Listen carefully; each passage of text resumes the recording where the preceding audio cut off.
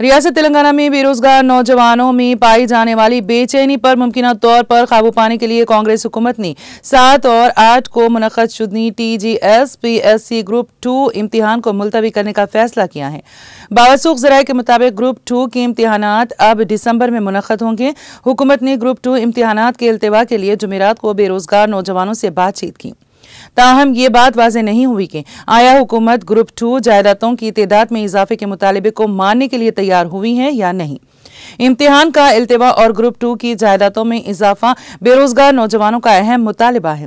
वाज़ेह है कि मुतवातिर मुतालबे के बावजूद हुकूमत ने DSC इम्तिहानात को मुलतवी नहीं किया। ज़ायद 31,000 बेरोजगार नौजवान जिन्होंने इम्तिहान के लिए रजिस्ट्रेशन करवाया था, उन्होंने DSC इम्तिहान के हॉल टिकट डाउनलोड नहीं किए। कांग्रेस पार्टी ने माक़ब्ल इंतखाबात मेगा DSC मुनक़द करने का वादा किया था, ताहम इख्तिदार पर फायज होने के बाद कांग्रेस ने अपने इंतखाबी वादे को पूरा नहीं किया।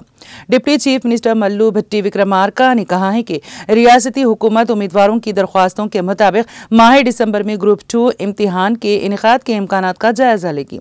उन्होंने आज ग्रुप 2 उम्मीदवारों के साथ सेक्रेटेरिएट में इजलास मुनक़द किया। इजलास के फौरी बाद डिप्टी चीफ मिनिस्टर ने सदरनशीन Telangana Public Service Commission M Mahender Reddy से कहा कि वो ग्रुप 2 इम्तिहानात को दिसंबर के आखिरी हफ्ते तक मुलतवी करने के इम्कानात का जायजा लें।